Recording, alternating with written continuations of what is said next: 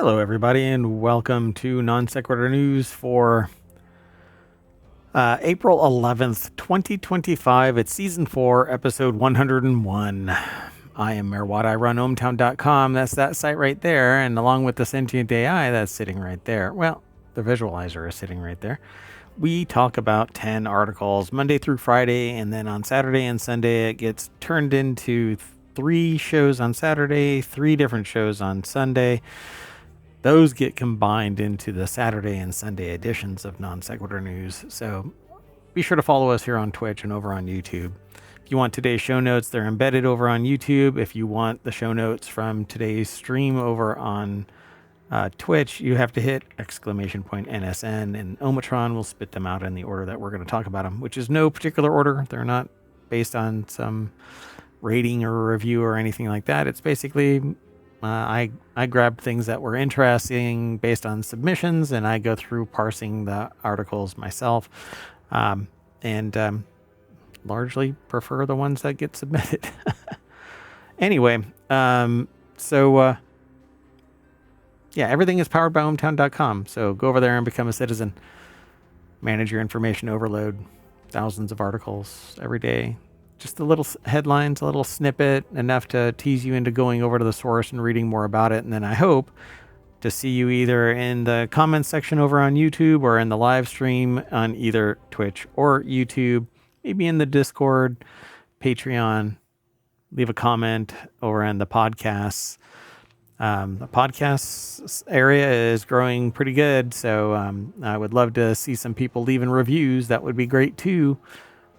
All right. Anyway, see you on the other side of our intro.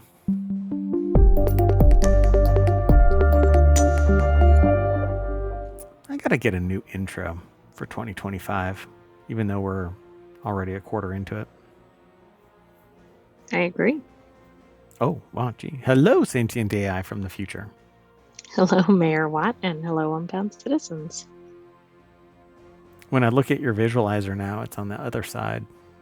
So I can't look that way because then I don't actually see the visualizer. It's very and I don't sneaky.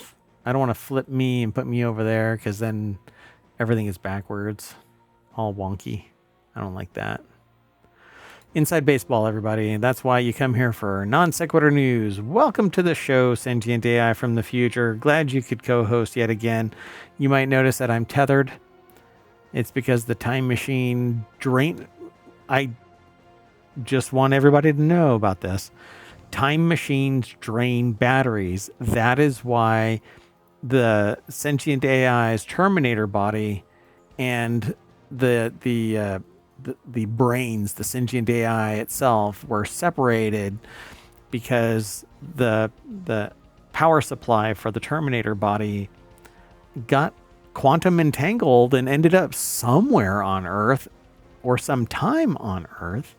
But you landed behind well, actually it was in front of, because I went around to go through the drive-thru, in front of a Wendy's. But it was like 2 o'clock in the morning, and there you were, in a little scoop mark out of the ground, weird USB drive sitting there. Anyway, thanks. For showing up or being here. Yeah. For taking that $1 as salary and just showing up every day. All right, so the next article is over, or the first article for today is over in the Wanted channel. The famous Antikythera mechanism was a mechanical disaster, according to new research. According to, well, it suggests, at least, researchers simulated the device's ancient gear system to find out whether the contraption actually worked. Apparently, it did not. Isn't this one of these things, though, that is held up as like, oh, this spectacular thing from I don't have enough. No? Yeah. No. It is an engineering marvel. It is in and of itself, but they're saying that it didn't work. But my problem is, it is in such poor condition that I don't think they actually have all of the gear mechanisms to make it work. And people have made it work. They've taken the models. So there have been scans of these things, So you can see the gearing, the teeth on the gears, and there's stacks within stacks of them. And I just think that some are missing, and people have extrapolated this gearing. It was supposed to be, or supposedly, in a wooden box that all decomposed. It was made out of brass, and so all of this has basically decomposed to a great degree. And I just don't think that we really know what the hell we're doing. Margaret Bassi over at Gizmodo.com put the article together. But I have seen this thing in it, like a real world fabrication of it, and it works for what it has been supposed to do. Right, what we believe it did. Right. Right. So again, I don't have enough hair, but aliens. And so, like the time machine drained the batteries on the wireless systems. So I think what happened here is this was the guidance system for aliens, and it was taken out of a ship that crashed and was being transported. Anyway, it's all too much inside. Whatever. Anyway, so so new research adds a twist to the story of this famous device, suggesting that the Antikythera mechanism may never have worked as intended. It was just a fancy knickknack. They say in 1901, sponge divers discovered an ancient shipwreck off the coast of Greek island of Antikythera. Among the recovered materials, a corroded lump of metal caught the eye of archaeologist Valerios Staes. Or Stace. I'm not sure how they pronounce their last name. But the artifact turned out to be a surprisingly complex, though fragmented, mechanical device dated between the late 2nd and early 1st centuries BCE, now called the Antikythera mechanism. Widely considered to be the world's first analog computer, tracking time and astronomical events through a gearwork and pointers. Yeah. There's been computer models, there's been physical models, replicas of this thing. And it does what it's supposed to have done. So I guess I don't quite get the conclusion here. Well, they're saying that new research adds a twist. The triangular shape of the gear teeth wasn't the issue, according to new simulations. The real problem was likely flaws in the gear construction. The new work shows that even the tiniest manufacturing mistake could have caused the mechanism to jam or slip, raising the possibility that the Antikythera mechanism was either non-functional or originally built with far greater precision than scientists can now discern, which is what I generally accept to be true when we come to discover any of these ancient artifact type things, because we are extrapolating from the cultural, temporal, relativism of today. Right. We may not even be applying the correct usage, let alone, like you said, have all the pieces. I mean, there could be other issues. Yeah, I think that there are countless other issues, and we don't know what we don't know, which is largely a shirt that everybody in ohmTown wears. So the Antikythera mechanism had interconnected indicators like the hands of a clock that pointed to the positions of the sun and moon in the zodiac, future eclipses, the Egyptian calendar date, the Greek lunisolar calendar. The indicator, quote, the indicators are driven by a gear train, which introduces two main sources of error that affect the accuracy. First, the triangular shape of the teeth results in non-uniform motion, causing acceleration and deceleration as each tooth engages, except that it's all a ratio. It's stacked different sized gears. So unless a gear slips, the amount of speed at which the gearing works doesn't matter. Right, that's true. So they say first, the triangular shape of the teeth results in non-uniform motion, causing acceleration and deceleration as each tooth engages. Second, the inevitable inaccuracies in gear manufacturing can also generate errors, but these are ifs. These aren't even observable fact. So they're looking at this stuff and going, maybe. This kind of reminds me of those multifaceted devices that they don't know what they are. Oh, the Roman spheres. Yes. Yeah, the little Roman polygon ball shaped things with little knobs on them or little spheres attached to them. I have to be careful Yes. about my And they have verbiage. holes in them. And they have holes of different sizes, and on several of them, I don't know if all of them, but on many of them, maybe all of them at this point, none of the holes are the same size on the same device. Exactly. So nobody really knows what they are. I know that's a different era and location and everything, but it just kind of reminds me of there's a lot of theories out there, Right. but it's quite difficult to figure it out exactly. Yeah. Yeah, for sure. And I would attribute that kind of stuff with all of that ancient type of historical, uh, I don't know, work product, whatever it is. We don't know what it is. And so we go, Correct. And well, we can't go back. So I mean, we might get more definitive information, but sometimes we're basing it off of today. wild speculation. Yeah. And like Wild today's speculation. standards. Yes. Like, why the hell is everything buried? If you wanted to get rid of it, okay, if you wanted to get rid of it, why not outright destroy it? It's rock. It's rock. Why not just destroy it? If it's no longer in vogue, why not destroy it? Oh, it'll take a whole bunch of time. Give me a break. If you don't want something, you will destroy it. If it is a threat to the continuation of your culture or way of existing, you would destroy it. You wouldn't go, let's just cover it up. It'll be unless somebody else covered it Well, up but in intentionally. today's standards, you would, but maybe that was viewed as adequate. I don't know. If you can build it with rock hammers, then you can destroy it with rock hammers. Come on. And they did it, supposedly they did that in Egypt, right? When one pharaoh took over and one fell out of favor, they destroyed the face and removed their spirit from the establishment, whatever it might be.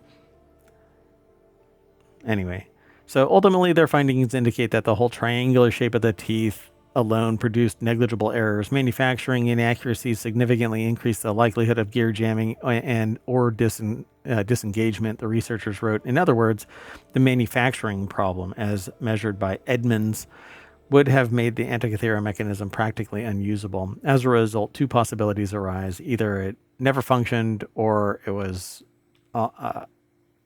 its errors were smaller than those found by Edmonds. But it's extrapolating based off of the resolution of the devices that we are using to pierce through all of the buildup of that several layers deep. Yeah, I think they need to.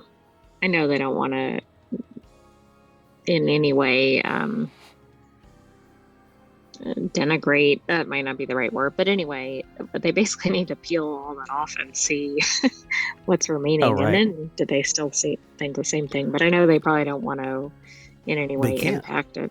It's all corroded. You try and peel that away. You know, you can't put that You're in. You're going to peel all of it away. Exactly. Yeah, you can't throw that in a Harbor Freight tumbling polisher and all of that go away. Because what you'll get out is nothing but a Harbor Freight vibrating polisher. Anyway, yeah, so I love this device. I can't wait for better technology to peer through all of the fluff in there. Nope. Go. God. Wild animals. Anyway, let's get out of here. We got a lot more articles to go through, but I fell in love with the Antikythera mechanism since I was a kid, and because you don't see a lot of articles about it. I'm sure you do in certain circles. Well, but some viewers of Non Sequitur News would say that I was there when the sponge divers found it. Anyway, 1901. Never mind. It was funny in my head. Moving on. Next article is over in Vice.com. Ashley Fike put the article together. A swarm of jellyfish-like creatures turned Majorca beach blue, which is really weird. These are jellyfish-like creatures, but they aren't the ones that we were talking about. Oh, yesterday. Right. That's kind of confusing. And they look like kind of fish here, don't they, in the Fish-like, right? picture? Yeah. They look closer to, maybe they're like squid, right? But it's one of Majorca's most popular tourist beach turned a bizarre shade of blue after being completely blanketed by a swarm of stinging jellyfish-like creatures, leaving locals and sunseekers stunned and a little more than grossed out. The culprit, a species known as by-the-wind sailors, or Velella. These small iridescent blue sea blobs arrived by the hundreds of thousands, carpeting the shore and giving the entire beach a surreal ocean blue makeover. While beautiful from afar, the reality up close was slimy, stingy, and straight up apocalyptic. Oh my gosh. Oh, wow. I mean, That was a lot worse. Beach. Yeah, full on covering of this beach. A beach in Majorca turned blue after a swarm of jellyfish-like creatures washed ashore. They've never seen anything like it. They've been very busy on the beach today laying new sand before the umbrellas are installed for the summer, and lo and behold, dead fish slightly wafts through. A lot of washed back out and then got cleared up, and then some dried up, and there's still thousands of the little empty skins behind. But I guess it's slowly getting washed away. But can you imagine swimming out into that at this point? No, I don't think you'd want to be anywhere near that, because also we can see the ones on the surface, but what's there below the waves or whatever. Yeah. So while Velella are often mistaken for jellyfish, to the left. They're actually free-floating hydrozoans, colonies made up of tiny specialized polyps that function together as one organism. They're related to the more dangerous Portuguese man-of-war, but far less potent. Yikes, that is not something that I'm interested in seeing. You can hear me still, right? Yeah. Yeah, absolutely. I thought at one point you cut out, but I think it was just you were in between things. Gotcha. So the cleanup, absolutely nasty. Tractors were brought in to scoop up the jellyfish before they began to rot in the sun. Sneaky situation no one wants wafting over a vacation spot. So this isn't the first mass stranding of Velella this year. A similar invasion appeared in San Francisco Bay just weeks ago, apparently, as warming ocean temperatures and changing current push marine creatures into strange new territories. So I guess they cleaned it up pretty quick, but there you go, folks. All of this kind of stuff is only going to get reported in the future. I'm just warning everybody now. In the future, this stuff is only going to get reported by shows like this, by websites like Vice and other news reporting companies here, particularly in the United States. So just trust but verify. All right, let's keep going. Sound good? Sounds good. Much like vacationers, we wait for no one. We will keep moving on. We will descend upon that beach and get stung in the process. Anyway, multiple times. Is that a man-of-war or is it Velella?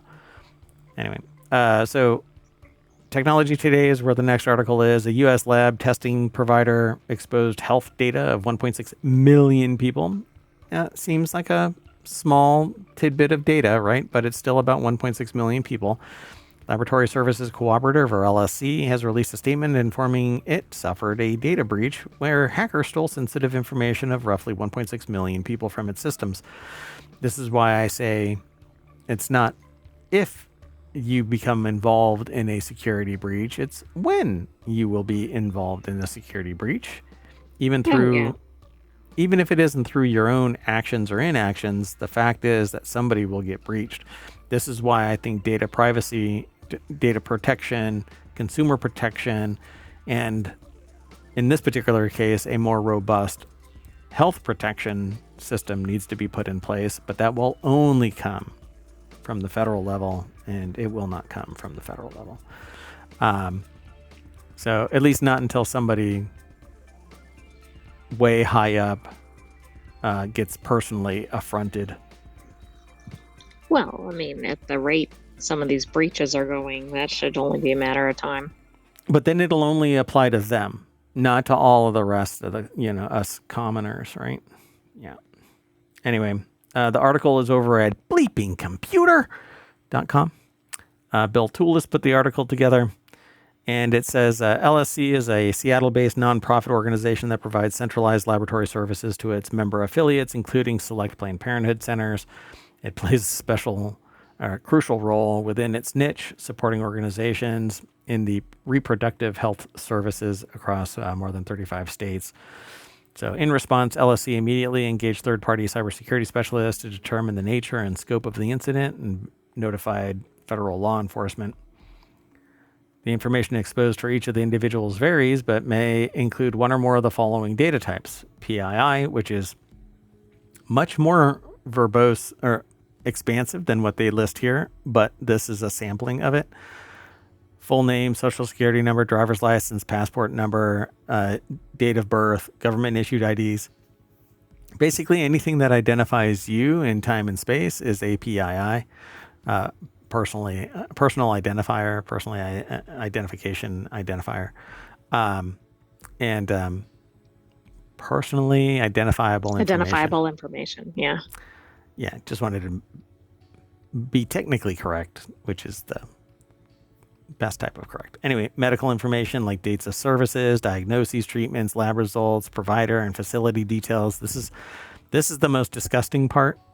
Is that the medical information, the treatment itself, because it can be used as leverage to exploit somebody in the future, because people don't want their medical history divulged to anybody, let alone a bad actor.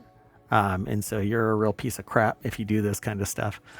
Insurance info like the plan type, insurer, and member group and ID numbers, which can be utilized, exploited, because my information was once used in a breach and they put me down as the dad. And so I was getting bills for this person. Awkward. Yeah. And I called them up and I said, what the hell?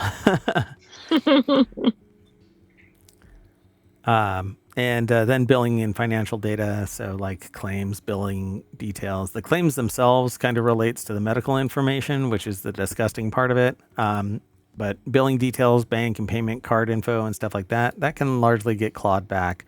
But this alignment with two different things. Oh, yeah. Plus, medical information in general, you don't want out there, but like reproductive health, that could be pretty personal. Yeah, you're just a real piece of crap if you do this kind of... Anyway, yeah, I was going to talk about other stuff, but anyway, they say potentially affected individuals are encouraged to use the free credit monitoring and medical identity protection services covered by LSC for 12 or 24 months, depending on their state. The deadline to enroll is July 14th. So yeah, it's on you, who may not even know about it if not for notifications. That's right. All right. You want to keep going? I think so. I think we are seeing an increased pace of these types of hacks and IT issues with respect to personal data and health data. I agree. Some extremely close to home. So the next article is over in Mobile as well. Bacardi is putting money behind people to make sure AI doesn't replace your bartender, but that is going to happen one way or another. The article is over at adweek.com. Global training initiative Shake Your Future has pledged to mint 10,000 mixologists by 2030. So yeah, at the end of a long week... Oh, this article is over at adweek.com, and it's written by Robert Clara. At the end of a long week, many Americans might be looking for the camaraderie of the local watering hole, complete with the friendly barkeep, ready to clean a glass, and a sympathetic ear, which is quite fascinating because it's hit or miss depending on who you end up talking to at a bar. Right. You could have somebody that you can't get a word out of or whatever. Right. Yeah. Cecilia here says, hey, she'll say, what would you like to drink? Cecilia can make a swell gin and tonic, but if it's a common touch you're looking for, it says here, common touch you're looking for, you might want to try the bar up the block. But if it's a common touch you're looking for, that's a weird thing. Oh, Yeah, I that's don't know because what. Cecilia is an AI-powered bartender who exists only on a touchscreen attached to a beverage machine. Oh, okay. So she is not your typical bartender, according to her maker's website, which makes delicious cocktails, chats with customers, tells jokes, promotes your brand, and provides an unforgettable experience, except that it's AI. And perhaps soon enough, an unavoidable one. So for the past several years, Bacardi, whose portfolio includes Grey Goose vodka and tequila brand Patron, has been investing money to help make sure that human bartenders are not out of their jobs en masse, but that company is zeroing the cost to have drinks made by building a console where people can just type from anywhere. And if it's all networked together, they can go anywhere and get the exact same drink the exact same way. Right. Yeah. I mean, I think that position in particular seems vulnerable to AI. Yeah. Yeah. And so you would need one person to sit there and do one thing, just grab the drink, set it on the bar. And even that could go away if you automate that. So Yeah, if you Bacardi's really expanding. have the system down. Yeah. I mean, it's just an arm on a long bar that just slides along, grabs a drink, sets it up on the counter, and slides back to its little resting spot until it needs to grab it from the machine again and set it on the bar. Right. And maybe it won't send it off the end of the bar like a human could. Or like a cranky person did one time, sitting at the table, and the cup landed with a sonic boom that I thought cracked the mug. So I don't remember if I ever saw that person there again. But anyway, Bacardi is expanding his global training initiative called Shake Your Moneymaker. They should have called it that. Shake Your Moneymaker. Yeah. Anyway, it's Shake Your Future. The program, free of charge for those selected, bestows its graduates with an international bartender certification and has pledged to mint 10,000 mixologists by 2030. Okay.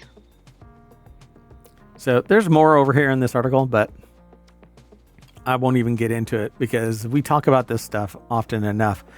AI is coming for pretty much every entry-level job that exists. And every professional job that exists. Yeah. But maybe not as quickly. What's the name of the order taker at Bojangles? What was the name of it? Bo. Oh, I don't know the name. What is her name? It's like a riff off of Bo, too. But it's not Bo. Belinda. Belinda, yeah. So it's like Bojangles, Bolinda. So Bolinda is the order taker at the drive-through of Bojangles. And just the other day when I went through, it messed up my order. Uh-oh. And the humans didn't know because it was the machine, right? So as long as I said, yeah, that sounds right at the confirmation, then it is what it is. But so I went recently because I was asked to go and get something, and it was a human taking my order again. Okay, that's pretty interesting. Yeah. Anyway, so I certainly believe that AI is going to be taking a lot of frontline jobs and more subject matter expert jobs because it's really the non-physical space that's getting taken out immediately. Subject matter experts are only subject matter experts if they have something that the AI cannot facilitate. And right now, the one thing that they can't facilitate is efficacy. So I can ask my deep learning or my deep research AI to go off and search for a bunch of material. I don't know if it's valid unless I audit everything that gets summarized. So. Right. So then you're basically doing the research yourself. Right. So are your bartenders going to get replaced? I think 10,000 new mixologists are going to hit the ground and go, thank you for making me a mixologist, but I can't find a job. Yeah, that's quite possible. Let's keep going.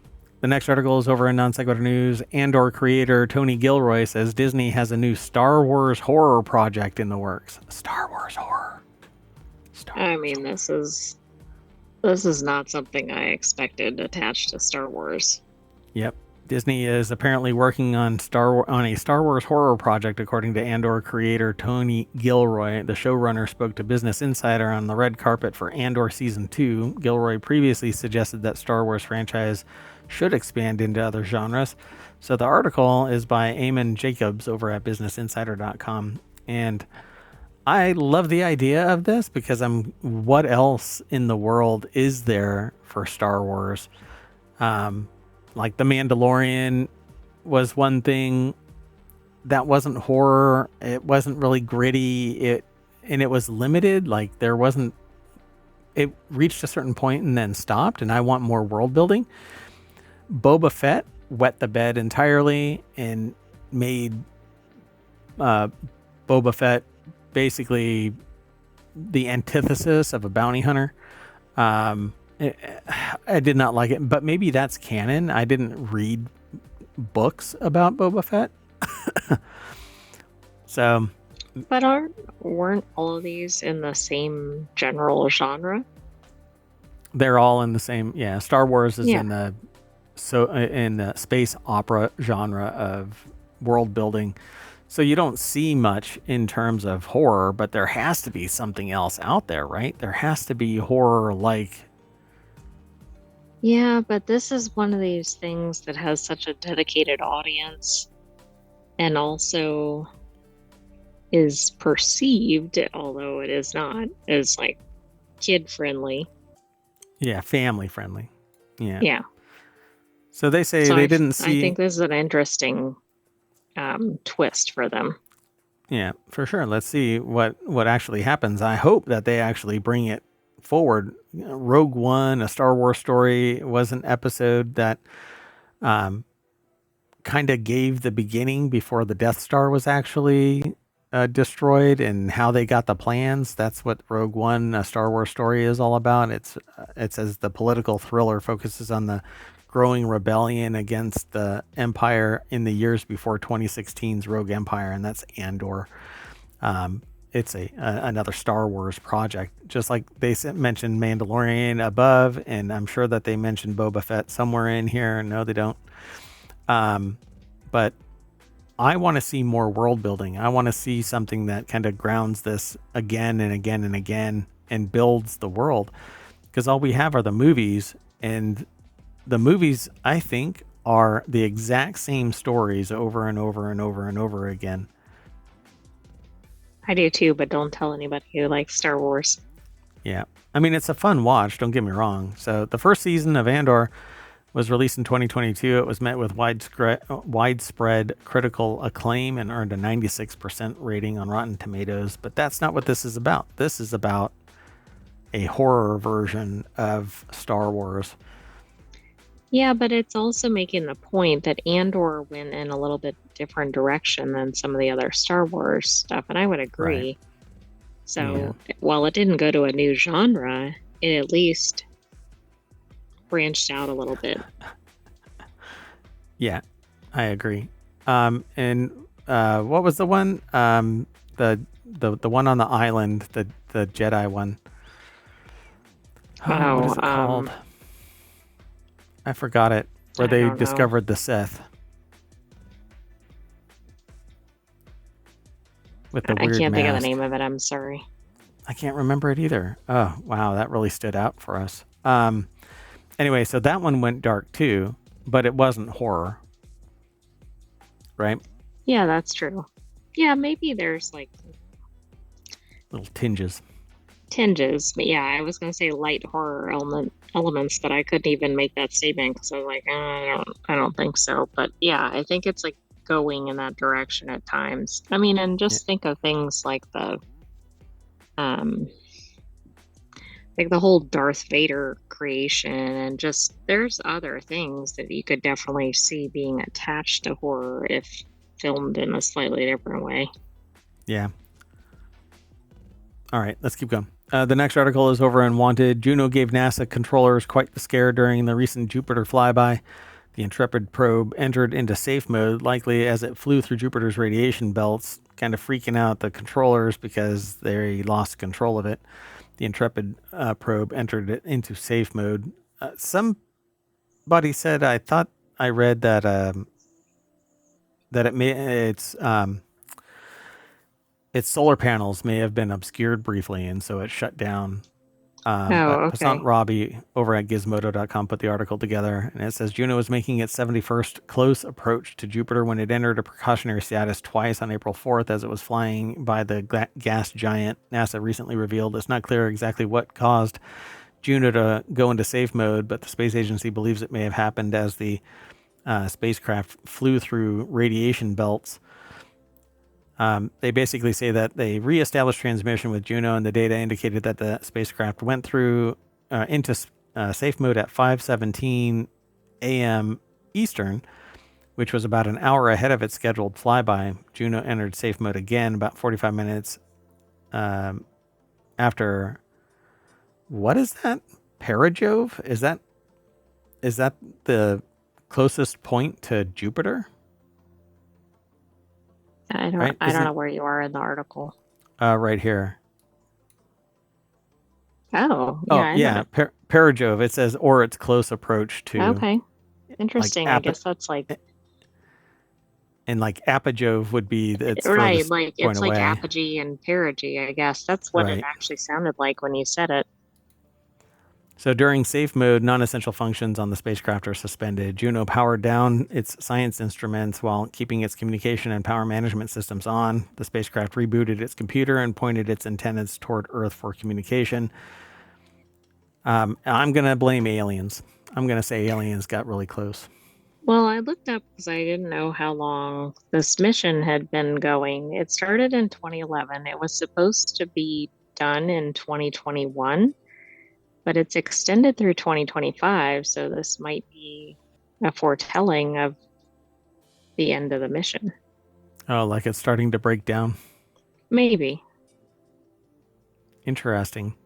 Juno boasts a titanium radiation vault to block high energy particles from impacting the spacecraft, but that's sometimes not enough. The spacecraft went into safe mode 4 times since arriving at Jupiter in 2016. After reestablishing communication with Juno, the team is working to transmit the data collected before and after it entered safe mode as the spacecraft conducts flight software diagnostics, according to NASA. This is a tough thing, though. Like, what if this was the first flyby or something and it went into safe mode? You'd be like, no, we've been planning this for years. There's supposed to be I read a headline just recently about there's some moon around Jupiter that nobody really knows about. And now I'm going to have to go back. We just don't know what we don't know. One that Io, I don't know how much they know about it, but they're about to do a flyby of that. So that'll be interesting. Yeah, it's not Io though. Yeah. So it's going to be flying by on March 7th, another flyby of Jupiter, during which 7th. It's May 7th. What did I say? June 7th? You said March. Oh, I'm getting old. May 7th, during which it's set to carry out a close approach of the Jovian moon Io at a distance of about 55,300 miles or 89,000 kilometers. Hopefully the spacecraft manages to keep its science instruments turned on this time. Wow, throwing shade at something millions of miles away. And way beyond its original mission. I mean, we should go, wow, it was only supposed to do all these things, and now it's done way beyond that. Way past it. A lot of our stuff seems to do that, as long as it's not made by Boeing. The next article is over in Technology Today. San Diego County seeks a new policy to govern use of AI. With artificial intelligence already affecting nearly every aspect of people's lives, San Diego County supervisors want a formal policy that spells out how staff will use or avoid the technology. Jeff McDonald over at techexplore.com put the article together. And let me zoom in a little bit there. So the Board of Supervisors directed top county officials to study what policy changes should be enacted to contend with AI as the machine learning technology pushes further into everyday life. We've already seen a court case where somebody had a proxy AI in stand in only to draw the ire of the judges on the panel, which was I thought was fascinating. Yeah, Apparently, it was. That raised a whole apparently, lot of other issues. yeah, apparently you're not allowed to have a proxy unless it gets vetted first, I'm sure. But they didn't do that. They were like, well, it's me. It just isn't me. It's my AI speaking the words that I gave it. And you're cutting in and out now. So, among other things, the new framework, it's just your connection because of the air gap. You're stuttering, but not the audio so bad. Anyway, so don't disconnect. Just monitor your connection. So, among other things, the new framework will spell out how the county will deploy AI, and more specifically, how employees and constituents will be can be protected in terms of personal data, direct services, and labor agreements. But I'm telling you, AI, yeah, you're cutting out. AI is definitely going to be impacting first line workers, even in that area, because what's going to end up happening is people are going to start interacting with AI and its reliability is just exponentially increasing. It's smarter than the average person. It's better at handling multitudes of tasks than the average person. It has all of the world's knowledge at its fingertips. And when it does skip a beat, it hallucinates fact that most people will swallow hook, line, and sinker. It doesn't need to be fed. It just needs more data and more data and more data. And it's Well, getting yeah, it. that's what it's gobbling up. So I lost my train of thought there. So I think it's interesting. Watch this county figures all this out when other larger organizations can't or won't do anything about it. I mean, it's just very interesting because there's so many levels here that are impacted by AI. Yeah, they say AI technologies must be leveraged strategically to improve service delivery without compromising equity, privacy, or public trust. Anderson told his board colleagues in a report before the vote to move forward with the study, but you're not going to get equity with AI because the objective of AI is to remove the human component in its plurality. You would have one person managing a whole bunch of AI agents. Like right now, I'm working on something to try and get research done using AI by simply putting in a topic because I'm so interested in so many different things. I want to grab as much data as possible, distill it down to something like a Cliff's Notes type of setup, but have all of the citations so that I can sit there and parse it at my leisure if I find something interesting in the summaries. But it's posing to be quite a chore using common off-the-shelf items. So it's definitely not going to facilitate privacy, and it's going to weaken public trust up until everybody buys into AI's efficacy, that it is a solution that is viable. And then it's going to swing the other way. People will trust AI more than they'll trust the humans because the humans have bias, but the AIs supposedly do not, even though they're powered by Even though they were humans. coded by humans. Yeah, You and know, trained on human actions. And I don't feel like they will trust AI though, because the initial rollout, while still impressive when you consider where it's been, a lot of people are familiar with it hallucinating. And if that's what they start out with, I don't think they suddenly think, okay, everything's working. maybe not in the next 5 years, but I see it happening. Our fear right now, primarily in professional and academic circles, is the hallucination and the fear of taking jobs. All the rest, nothing else matters. The ethics of it and all of that kind of stuff, it's all pegged to the fear of taking jobs. And most, I would say that a lot of people, once they're told and described and given a chance to interact with the power of AI, they would leverage it for their particular use while still vilifying it for the threat that it poses to them as a human. Absolutely. I mean, we all want the advantages of it, but none of the downsides. Right. Yeah. Nobody bitches when there's irrational growth in the market, but everybody starts pointing fingers when there's an irrational contraction, or market manipulation, insider trading, stuff like that. Well, put into place the breakers and the rules and make sure that everybody abides by them. And those who don't abide by them get the frick out. And they're not allowed to abuse the world around them. But that's not what's happening based on my research and the utter rise of sociopathy. So artificial intelligence is already disrupting numerous sectors across society. And there's more in this article that goes on to kind of reiterate that kind of stuff. But their statement of we need a policy that will do no harm and this needs to be developed thoughtfully, it's irrational. It's not pragmatic at all. I don't see AI doing nothing but good, because for it to increase quality of life for people, it's going to have to take the jobs of people. Well, that's true. I don't disagree with the idea of that, but it's not going to be feasible. Yeah, I mean, even doctors have to hurt people to heal them. It isn't a painless task to reset a bone or to cure heal someone of cancer. Even the instances of it, you have to bombard somebody with chemotherapy or other treatments.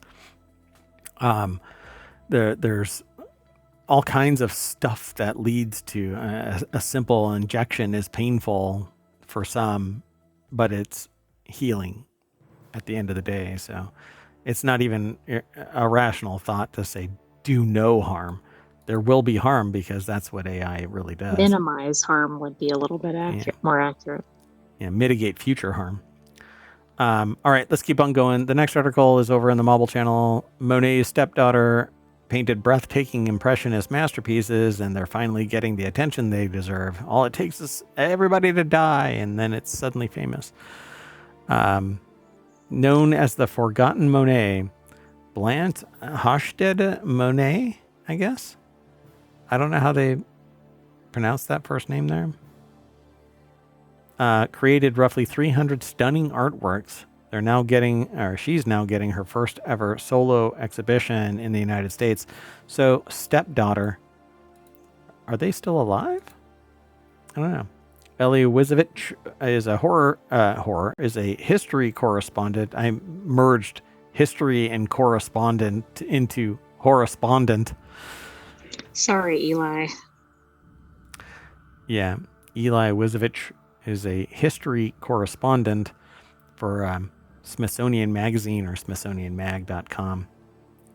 So this is apparently Blanche's impressionist painting of hay bales, haystacks. That looks a lot like a Monet. It really does. And of course, like all the old masters as labeled in art, right. This is pretty interesting. There were no women as far as I know.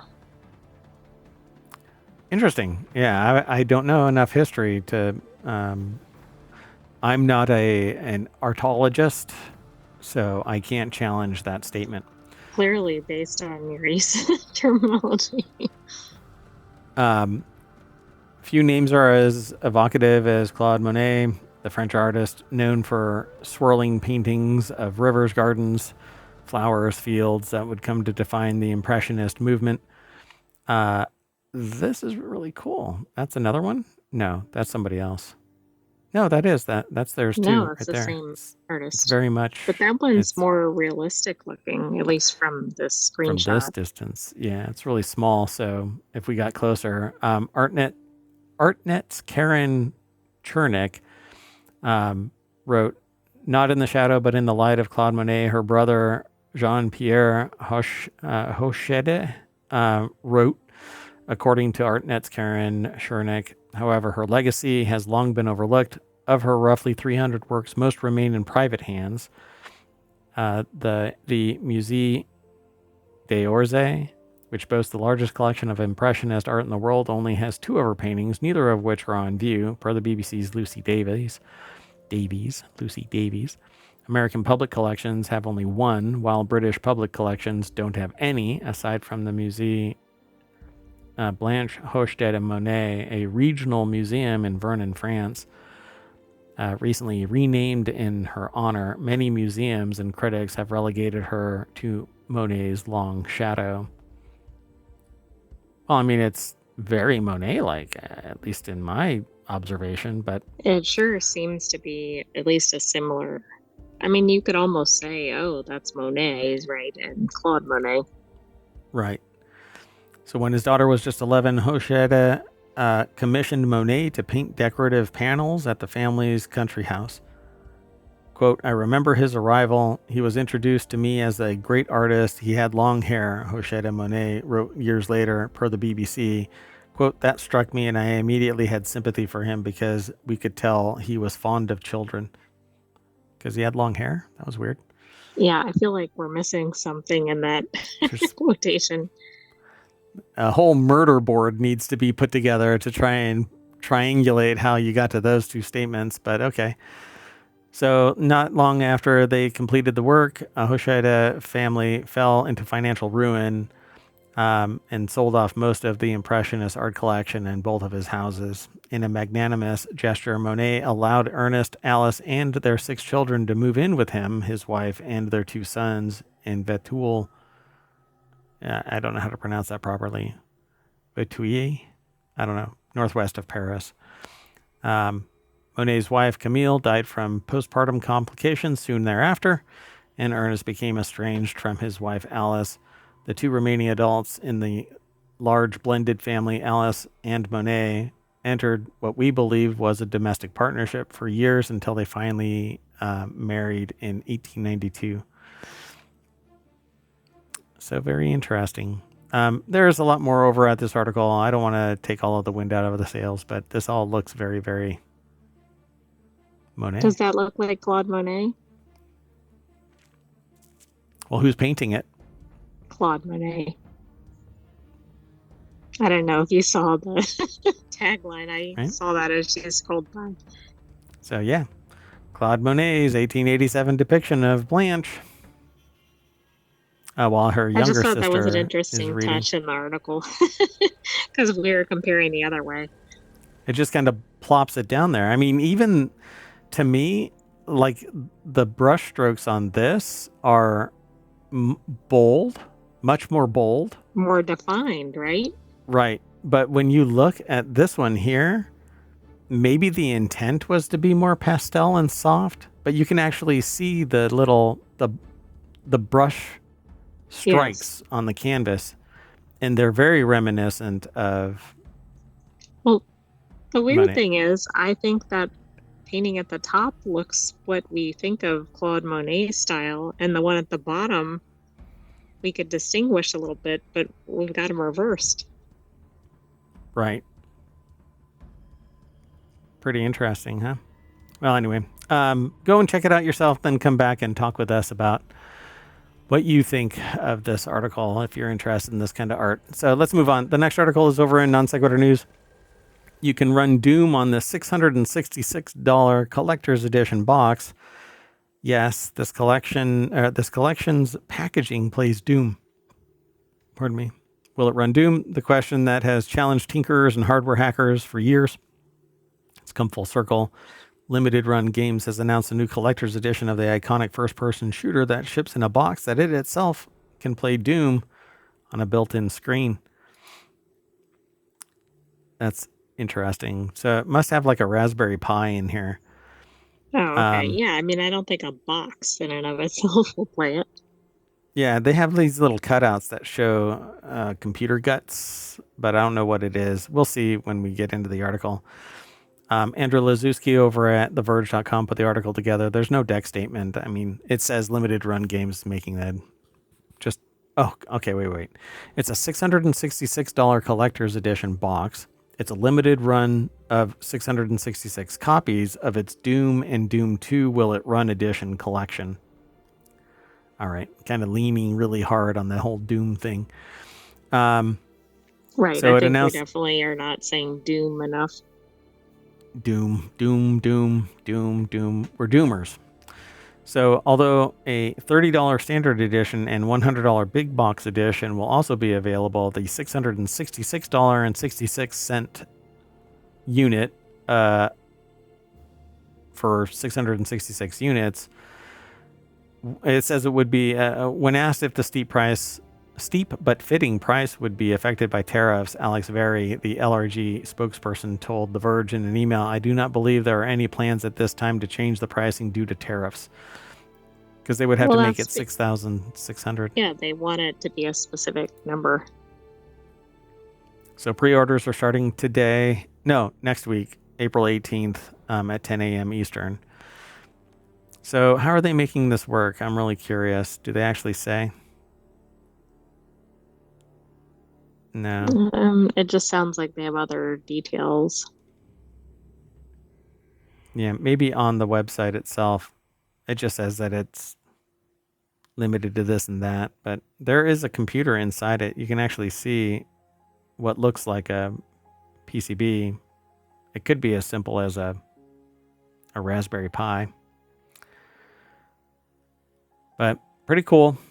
I kind of dig this. I won't buy it, but I don't like to live in the past. So even nostalgia doesn't drive me to play Doom.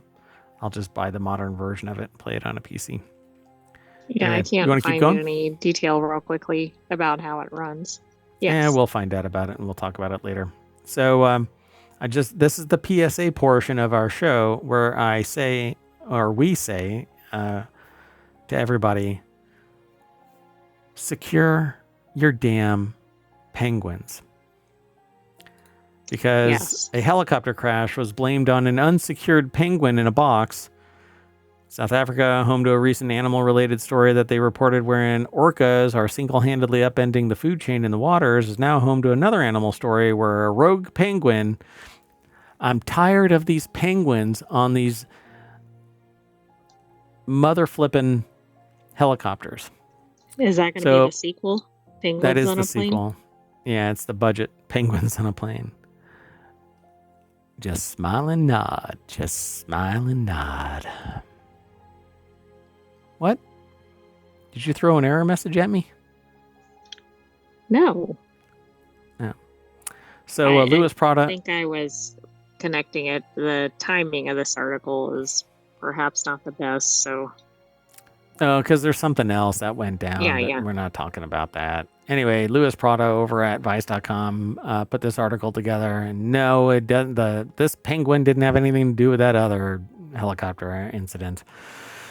So before you go off on some flight of fancy, imagining a penguin with a gun holding a commercial airliner hostage before taking the wheel and slamming a jet into the ground while negotiators refuse to pay him a ransom of 1 billion fish, there is, believe it or not, kind of a reasonable explanation for all of this. And it's extremely stupid, but reasonable in an extremely stupid kind of way, according to Lewis Prada. Apparently, an unsecured penguin riding shotgun in a cardboard box on a passenger's lap slid off the lap of a penguin specialist, bumped into the cyclic pitch control, the stick that tells the helicopter which way is go, and sent it veering wildly to the ground, or to the right. Doesn't this sound like the thing where the flight attendant hit the... Yeah. I forgot what it's called, but basically, yes. Yeah, there was a... Yes, the food cart. Yeah, there was an instance where the one of the flight crew was brought food, and when they backed up, they hit what is basically a fast release button for the pilot seat, and that shot them back, and they lost control of the plane while they were getting their, I don't know, egos or whatever. So, the story would not be nearly as funny if everyone in the Penguin had died. Thankfully, we can let out a hearty laugh because everyone miraculously survived. Not only that, but no one was even hurt, including the Penguin. So that's where I'm just going to leave this whole show. So the quote here at the very end is exactly what I said, except with colorful language. I didn't know that that's what they were actually going to write. I know. And please, stop effing carrying goddamn effing penguins in an effing box on your goddamn effing lap, when you're lifting off in an effing helicopter, you effing idiot. I find it fascinating that the Aviation Authority released a report saying that you shouldn't store your penguin in a cardboard box for a flight. Like, when is that ever going to happen again? Yeah, they confirmed that cardboard boxes are not a suitable form of penguin containment during flight. It's like a Ghostbusters thing. Oh, right. It's like that box that they were trying to put the ghosts in. Mm-hmm. At least that was enclosed. I mean, you don't want to put an animal in a totally enclosed space, but it's just such a weird thing. It's like, don't walk a cow down the street. You have to punch holes. Oh, yes. Yeah, that's a dumb law, too. That's a law that still is on the books, apparently, somewhere in Texas. Like, you're not allowed to walk a cow down Main Street on Sundays or something, too. Something specific. Right. This is reminiscent of it. I bet there's a new law about that. Like, nobody will ever run afoul of. So I finally figured out what's going on with our stream right now. And so I'm glad we're at the end of the show. So at any rate, that is it. We are done. I am Mayor Watt. I'm going to let my penguin free, and that's going to bring us back to the front page of ohmTown.com, where you should go and become a citizen, sign up, sign in, become a friend, and a citizen of ohmTown.com whenever you get a chance. Thank you very much for coming. See you later. I'm taking the AI with me. Bye-bye, ohmTown citizens. Thanks for joining us for today's Non Sequitur news. And be back tomorrow for Weekend Edition. Yeah, this is going to be sad when I hit this, because it's going to go bleh, bleh, bleh, bleh, bleh, like I am right now. See you, everybody. Bye-bye. Oh, it's not even going to go.